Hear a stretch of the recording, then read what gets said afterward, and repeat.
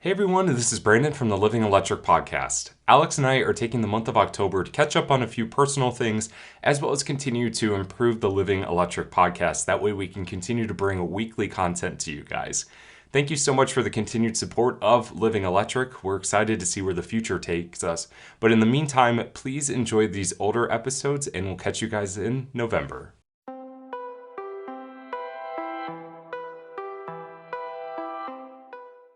Hey everyone, welcome back to Living Electric. We are talking about two very exciting topics that mainly circle around EV ownership. But before we dive into that, I just want to give everybody a heads up, and I've already warned Alex, I did not sleep well last night, and I am full of attitude. So if this episode is sassy, I do not apologize because that's who I am today. So Love it. Love it. Just wanted to give everybody a heads up, but we are talking about charging etiquette, and how you really should behave at charging stations, be it either Tesla stations or other EV charging stations. We're going to talk about some examples and kind of give both of our opinions and see where we are either similar or different. And then cost of charging, because that seems to be a very hot topic when it comes to people who are looking to go electric. Yes, definitely. Especially because I've been charging at home now, so it's much easier to kind of track my usage versus just using superchargers exclusively. I think I can actually estimate cost of ownership a lot better based on some trips I've taken and stuff. So excited to get into that. Which is going to be far better than me because you've done more trips than I have. Yes. Yeah. I don't know. It's been on and off. We'll get to that. But I think we should start off with charging etiquette because, as more EVs are out there, we're seeing a lot of charging stations, mainly Tesla, fill up, especially in more common areas where Teslas are more popular. And there tend to be from what I've seen, some drama. There tend to be some fights that might happen. People are stealing charging spots. They're getting impatient. Yeah, and it doesn't happen often, but it happens.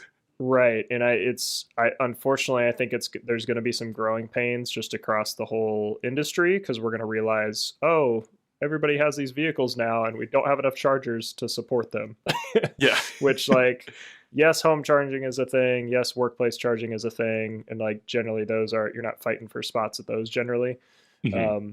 But for the fast charging, when people are going on trips, and I've seen it the most, it's usually on weekends when you're there's a lot of people on the roads and there's a lot of traffic. And if there's a lot of traffic, that probably means the chargers are going to be close to full too. So it really kind of depends on the day, because I've come to supercharging sites that are completely empty if it's a Tuesday afternoon, but when I'm traveling on a Saturday, that's generally when I see them kind of booked up, and there's usually only a few spots when I pull up to a site. So well, that was actually going to be my question to start off this conversation. Have you ever been to a charging location where all the stalls are full?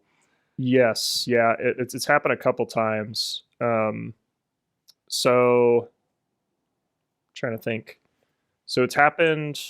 I'm trying to think of the first time it happened. I guess most recently, I was traveling over to Indianapolis, and I usually stop at the Richmond, Indiana supercharger because it's a V3 supercharger. And 4 of the stalls were completely powered off. So I'm pretty sure at those V3 sites, there's 2 power cabinets, basically.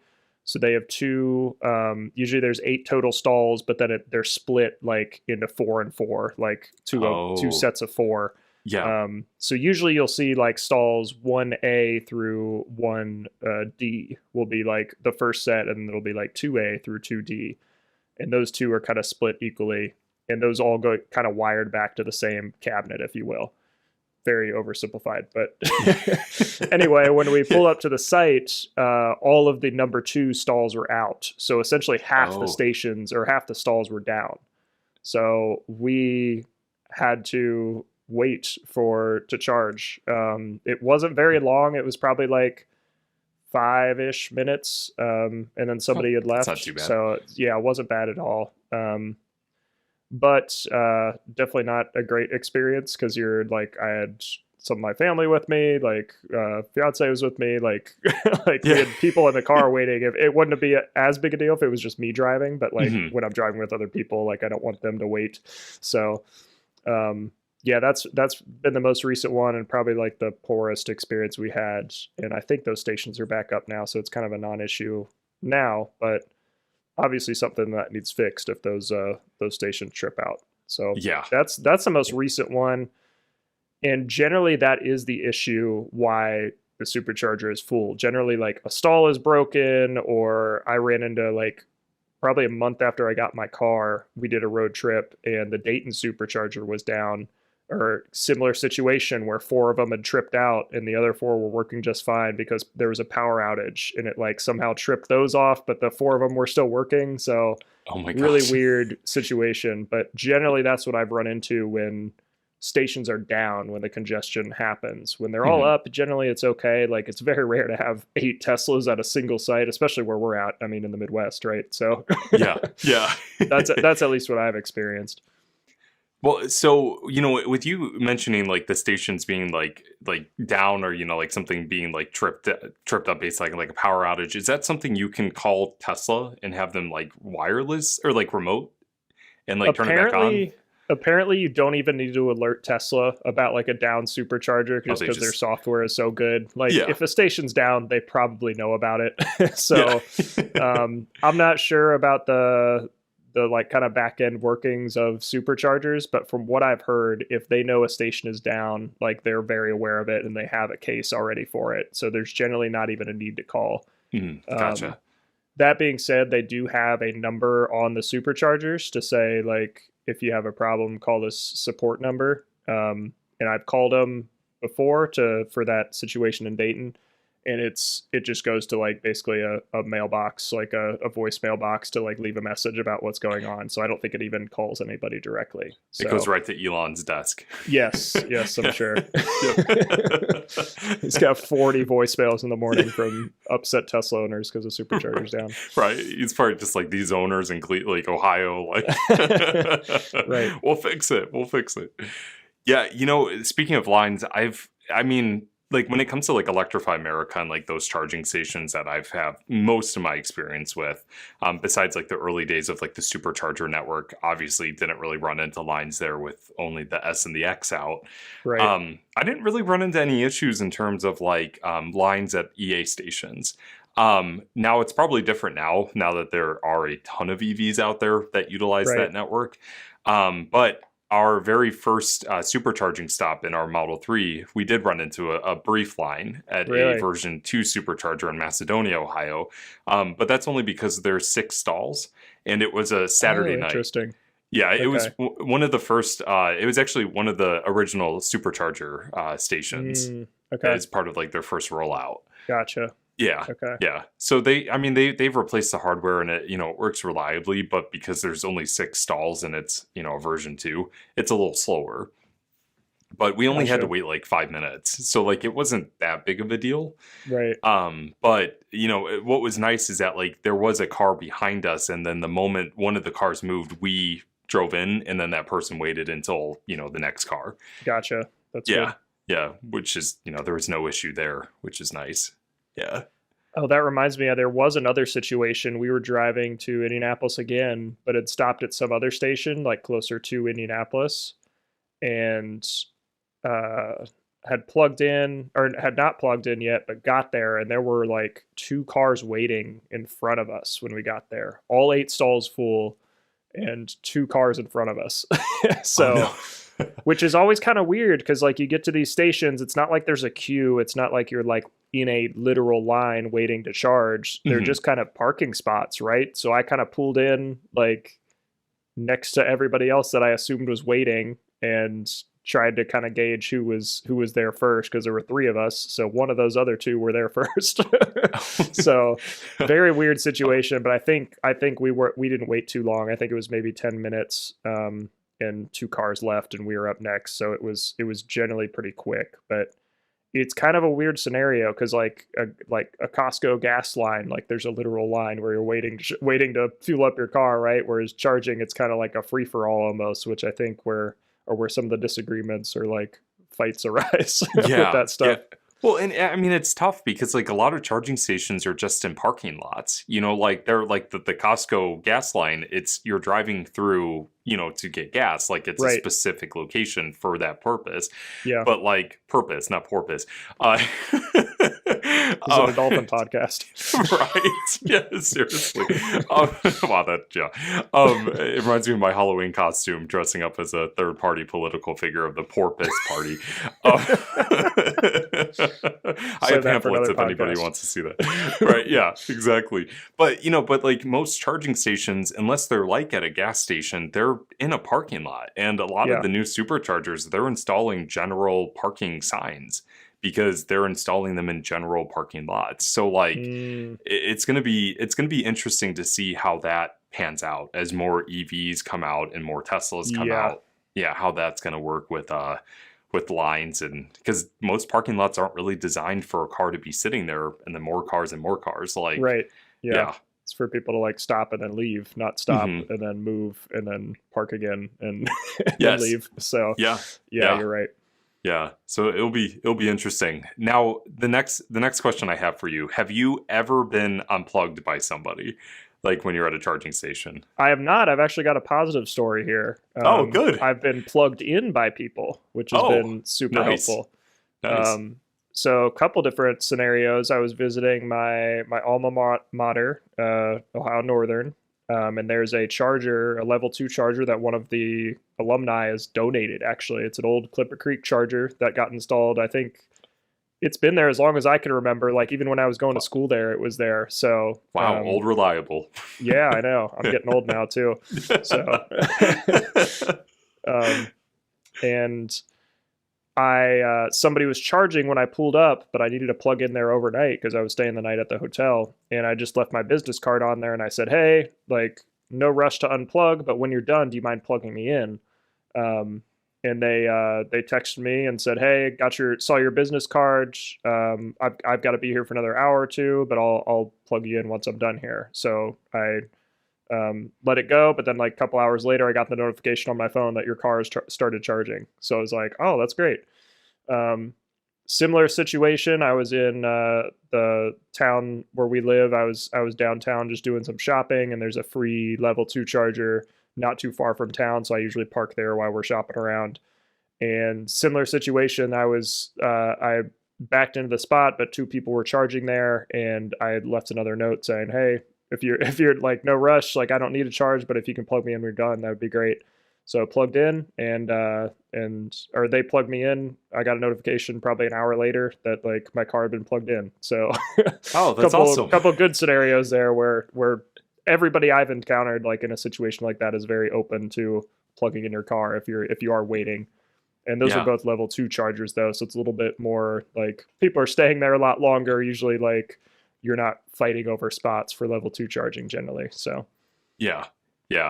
I've never had like an example happen to me like directly, just because like most of my charging obviously happens at home. Like like I've had experience with like level 2 public charging, but nothing to the point where somebody would unplug me. Yeah. But that's always been a big concern of mine, and that's why when I go shopping, or when we were shopping for EVs, I specifically wanted a vehicle where the charger would lock itself into the charge port when the car's locked. And the good news is that don't do that? Yep. I assumed all of them did. But... Yeah, the Bolt doesn't do that. I don't think really? Somebody who's owning a Mach-E might correct me with this. I don't believe the Mach-E locks the level 2 charger. It locks the level 3, like the DC fast charger. Oh, gotcha. But I don't believe a level 2 locks. And I don't. And I know the Nissan Leaf locked, so I think it's really only the Bolt and possibly the Mach-E. But I know our Bolt never locked. But to me, that was like a really important characteristic of an EV is to have the connector locked to the vehicle. That way it can't be unplugged. Yeah. Huh. And that's why we bought this little accessory for the Tesla AC. The J1772. Yeah, or the green to red adapter, or red to green. No, green to red. Yeah, getting that mixed up. It's like a little 3D printed lock that when you slide it over the adapter, and when you connect the green plug to the red man, I'm getting this all mixed up, to the right adapter, it doesn't allow the person to pull that connector out because it Right. holds the spring down of Yeah. that connector. Give me one sec. I've got one sitting by me, and we can show it for the video podcast. Thank you, Alex, for demonstrating how this accessory works. So Alex has a mobile connector. It has a green standard, or J1772 for engineering terms. And the Tesla adapter that you can purchase that connects to the green that then works on your red standard, or the Tesla standard, ta-da, using a camera lens.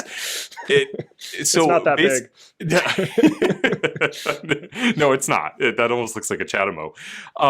So, Alex, if you don't mind demonstrating the little clicky, the spring, there we go, that unlatches the connector from your vehicle.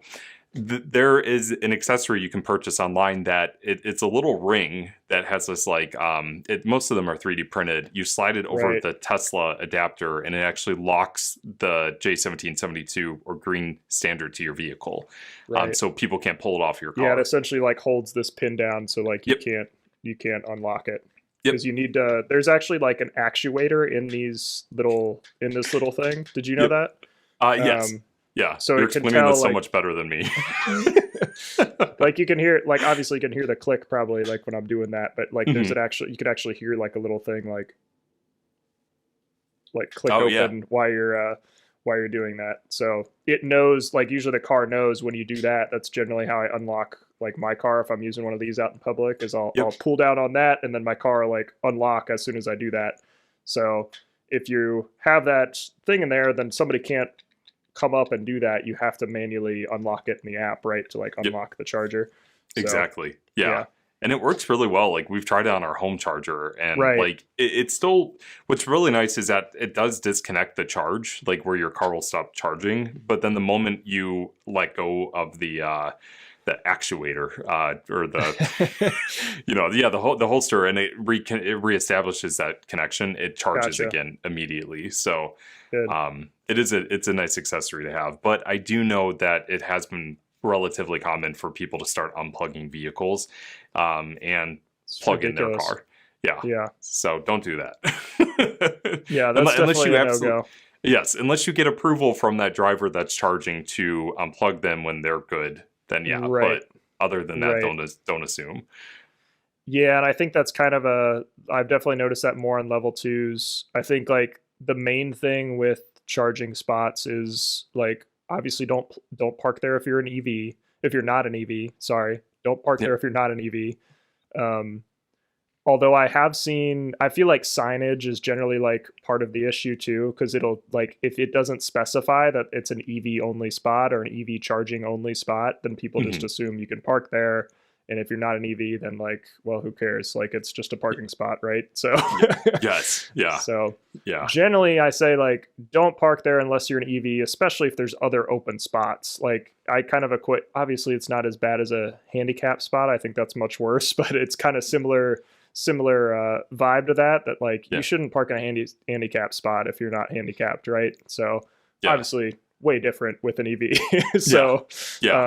But that's generally what I equate it to is don't park there unless you have an EV, and don't park there even if you are an EV unless you're actually going to charge, because the goal of that charging spot is to charge a car. It is not to be a parking spot, and it's not to be like a closer spot to the entrance because you have an EV. Generally it's for charging.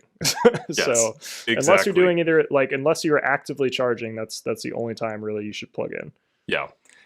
And you brought up a good point. Like if you're not charging, don't park there. Like it's actually starting to become a trend where Tesla drivers are parking at EA stations or Electrify America stations and just leaving their car and not plugging in. And obviously that's taking a spot from a vehicle who needs it, who could be using it. So don't take the spot unless you absolutely need it. Yeah. And I like, it would be the same thing it's a similar but different thing if you pull up in your gas car and just go park at a pump because you've got to run in to grab a snack real quick. Like, yes, there's probably other pumps open, but like, what if 4 more people pull up right after you leave your car and block all the other pumps, and now somebody's waiting? Like, it's a rare case, but like, it's still, I just feel like it's rude to park somewhere if you're not going to be using the equipment that's there, right? So Yeah, it's definitely. I mean, it's not the end of the world, but it, like you said, Right. it's rude. Like, Yeah. just, well, actually, it could be the end of the world if somebody needs that in an emergency. Yeah. But worst case scenario. But yeah, just leave the charging spots open unless you're going to utilize it. Moral of the story. That has probably bugged me more than anything. Like, and it bugged me a lot at the superchargers near where I live, because before I had home charging, that was my only charging option. And like, I felt like I would go there and it would be busy all the time. And I'm like, there's no way people are traveling right now. They're probably like have home chargers and can go charge there. They just want to charge up quicker at the supercharger or something like that. Yeah. So not to be like you can't use the superchargers, but like generally I would probably leave like fast charging open unless you really are like need to charge up faster or on a road trip. Like if you've got charging at home, like probably stick to that, especially with more EVs coming on the market. Because sometimes there are people that are traveling and need those superchargers, and I've talked to people at superchargers sometimes that are like, I'm just here because I've got free supercharging or something like that, because they've got an old Model S and they're like, I'm cheap, so I'm just gonna like charge here. I'm like, well, that's kind of blocking a spot for people that might actually need it. Yeah, So, no, absolutely. Yeah. and I mean, like I mentioned, like not actually like almost 100% of my charging happens at home now. right, So like when I am out and driving and I use like a supercharger or a fast charger, like I need it, like because right, I've run out of charge and I need to get home. Like I yeah, don't actively go out of my way to use those chargers because that's not what they're for. They're right, for travelers, the fast chargers, like, but right, level 2 is a little different story. yeah. But yeah. It's just I think it's just kind of being mindful of what other people could be utilizing them for and just be That's a respectful. great way to put it. Yeah, it's not that anybody is more entitled to supercharging or more entitled to fast charging than somebody else, but kind of like be mindful about it. Like there might be somebody that is actually traveling and needs to plug in, or might not have another option and needs that charger if you're blocking it. So generally, like if I plug in somewhere, I like, especially superchargers, I generally don't use them unless I'm on a road trip or I really need to charge up fast anymore, because I have home charging now. And if there's a fast charger out and about that I want to test with my Chatamo adapter, I make sure like if somebody pulls up and is wanting to charge, I'll unplug. Like I'm just checking it out because Yeah. I'm a nerd about it. So Right. like Yeah. I don't For science. generally, right, exactly. So I generally don't like plug in unless I really see that it's completely empty and like I want to test out the charger. Like generally that's when I'm plugging in away from home. Yeah. Yeah. No, I agree. I just, yeah, like I said, I think it's just about being respectful for Yeah. others. Yeah. Definitely. I'm glad we agree. Yes. Yeah. I was going to mention, you said that at the beginning of this, you were curious to see where we would agree and disagree. What's an example where you I've think had we some would people disagree? push back on the like, oh, like you shouldn't use a supercharger unless like you absolutely need it.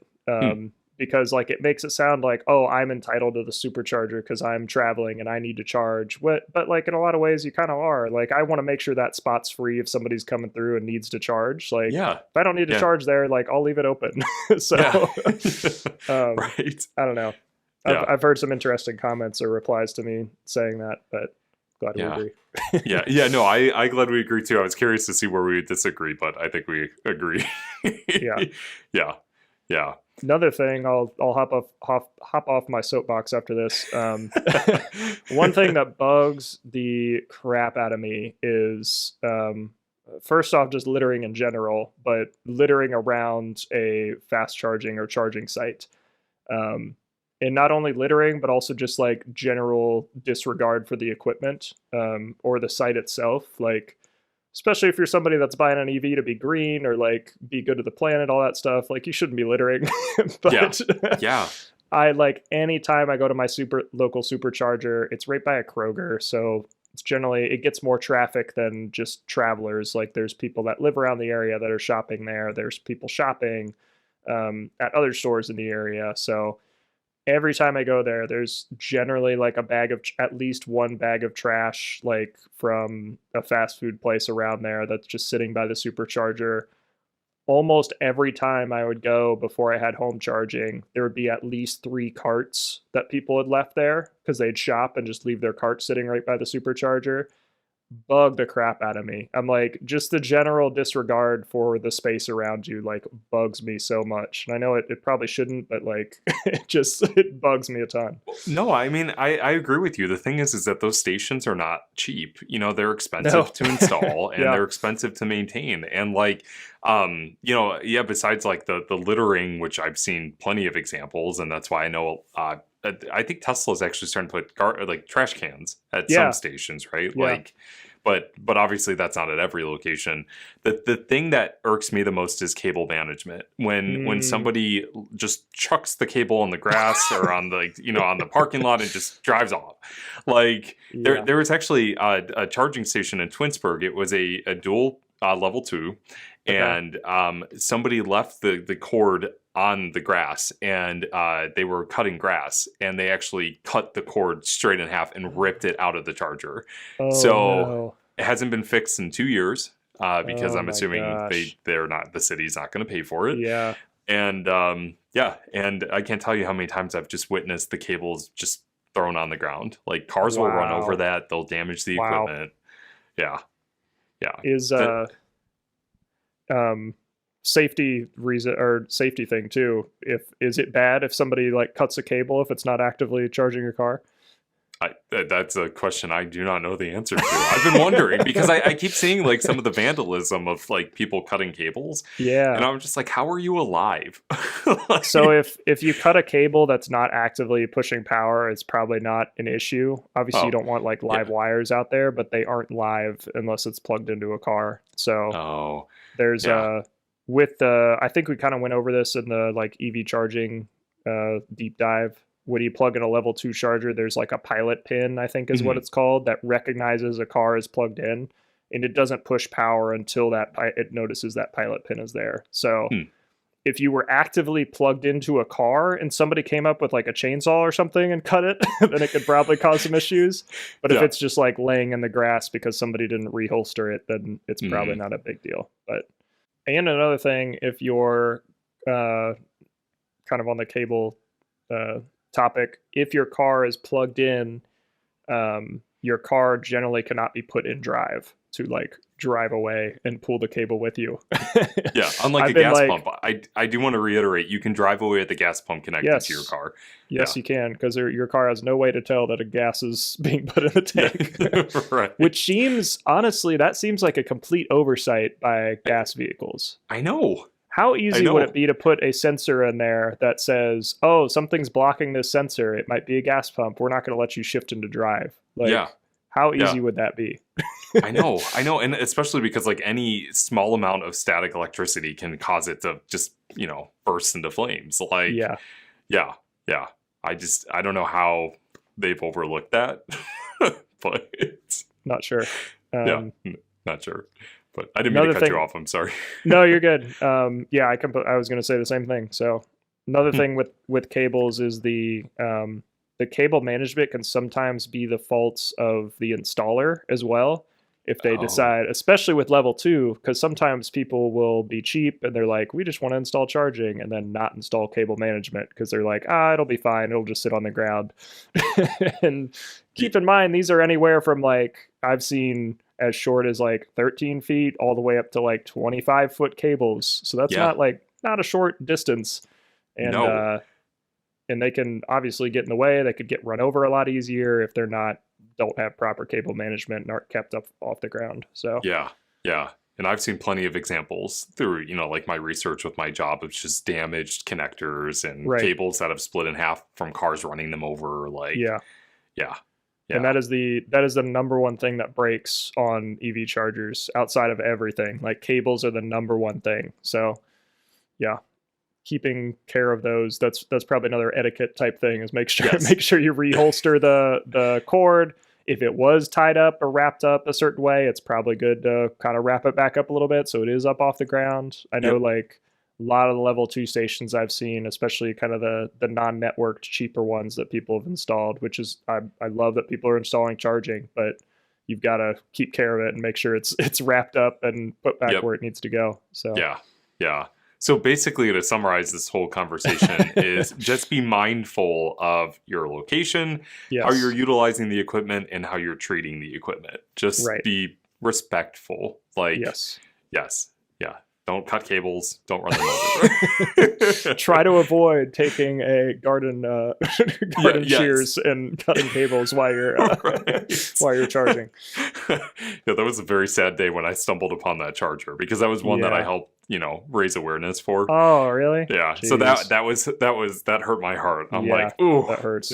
yeah, that one hurt. Yeah. But It is so funny though. You're so right. It's like if people were just like a little bit more respectful, we'd have would have no issues with anything. It's I like know. I hate that sometimes we have to tell people that, but I know. you're Yeah, so but right. but the thing is the general public, as more people get into EVs, not everybody's going to be like that, Right. and Right. that's not something I think that like we should like stress over. I just think it's something that we No, should just no. reiterate. Absolutely. Just Absolutely. I've never seen a gas pump just chucked into into grass. Fill up your tank and just throw the nozzle. Like, what are you doing? Right. Yeah, just don't flick a cigarette after you do it. Like, Yeah. Yeah. not good. I did have one final question for Yes. you. Ooh, I like questions. This got brought up. I think I was watching a Mr. EV video. Have you watched his videos before? I think Andrew Tillman is his name. I think he's over in Europe. It sounds familiar. Okay. He's Yeah. got like a pink logo. Oh Cool. yeah, I follow him on Twitter. Gotcha. Yeah, I think I've seen some So of his he stuff. posted a video about EV charging etiquette, which is kind of part of what sparked this episode idea too. So we'll drop his channel link down below. But he was talking about a time he was at a fast charger and a vehicle was plugged in, had like the connector attached, but was not actively charging. He recognized the vehicle and I forget what type of vehicle it was. I think it was like an ID4 or something. But generally, like cars will have like a green light or something, so you can see that they're actively charging, right? Mhm. He didn't see this light. He was able to remotely activate the station because it was like it noticed that a car was plugged in, but nobody was charging. So he unplugged the cable and plugged it into his car because he was like, hey, this person's not pulling any electrons. I should be able to unplug them just fine and plug in my car. How do you feel about that situation? Well, now I need to know, how did that pan out for him? Like, how did that end? So in the video, the guy who had his car unplugged was pissed. He was not happy about it because he's like, do not touch my car. I was plugged in. You should not be unplugging my vehicle. And like he tried to explain to him, I'm like, hey, your vehicle is done charging. I figured you were fine, and I plugged in my car. Like I'm terribly sorry. Like I'll let you plug back in if you need to charge more, but it looked like you were done, so I unplugged you. And this guy, like, I don't think he really had a good response. I think he was just kind of mad that somebody touched his didn't even touch his car, touch the cable that was plugged into his car. So Yeah. So, well, one that's a little surprising because the ID4 does lock the connector to the vehicle. So I'm wondering if it wasn't properly seated or some other kind of issue like that. Yeah. That's tough because like I don't think you should ever assume that a car is fully charged. Like maybe if there is like some type of connection issue, as we know, a lot of networks aren't exactly perfect when it comes to software, and like some of the initializing charges can have issues, and some people just don't know better and they just walk away in this instance. Yeah. I think for me personally, I wouldn't have assumed that he was either done charging or that the car even charged at all. I personally would have tried to start the charge for him.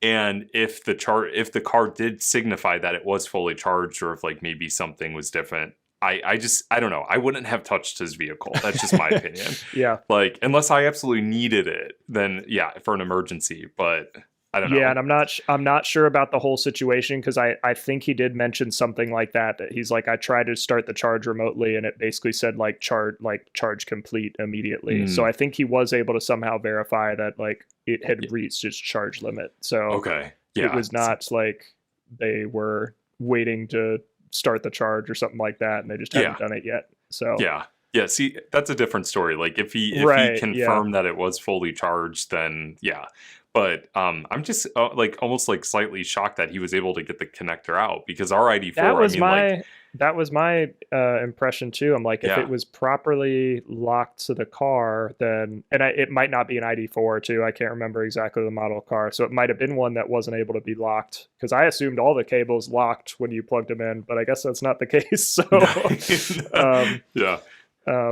yeah, I assumed that if it was actively charging, then you wouldn't be able to unplug it. So I think I actually commented on the video asking about that. So I'd be curious to see what kind of the whole situation was. But yeah, I agree. You probably shouldn't assume anything in that situation and try to track down the owner. I think I would probably kind of play it by ear as well. I'm like, if I desperately needed to charge and this person doesn't look like they're charging, I would probably unplug them. But it kind of would depend on the situation and how desperate I was, I guess, to actually charge. So that would probably play into it too. Just and you kind of hit a really important topic too earlier when you mentioned like that charger at ONU, like having your like business card, saying like, hey, like when you're done, plug me in. Like and now I don't think the entire general public is going to follow along with rules like that, but they do sell like I've seen them on Etsy, like almost like the do not disturb signs that you can put on doors. Like you can hang them on your connector while your car's plugged in and say like, hey, I've been here since this time. If I'm charged, feel free to unplug me or give me a call, like to signify it. But we give those away for Driver Electric Columbus. Mariah like makes those tags for us so that I've seen those. Put them on your vehicle. So that's a good idea too, just to kind of like give a little extra, especially if it's a like level 2 charger that might not be networked, like kind of a situation like that. That might be a good one good option to like kind of show people, hey, I'm like charging just because I can. If you need to use it, like feel free to unplug me. That would probably more communication, the better, I think, with a lot of things. So no, I agree. The communication is key, and I almost feel like the networks could do better with some type of representation of how long a car's been sitting there. Like, even if like it's just through like the mobile app, and you're like, okay, the station's in use, how long has it been in use, and how long until that car's done. Like, I almost feel like that would be a really useful feature for people to see. But then again, if the car's locked, you can't get that connector out. So like, yeah.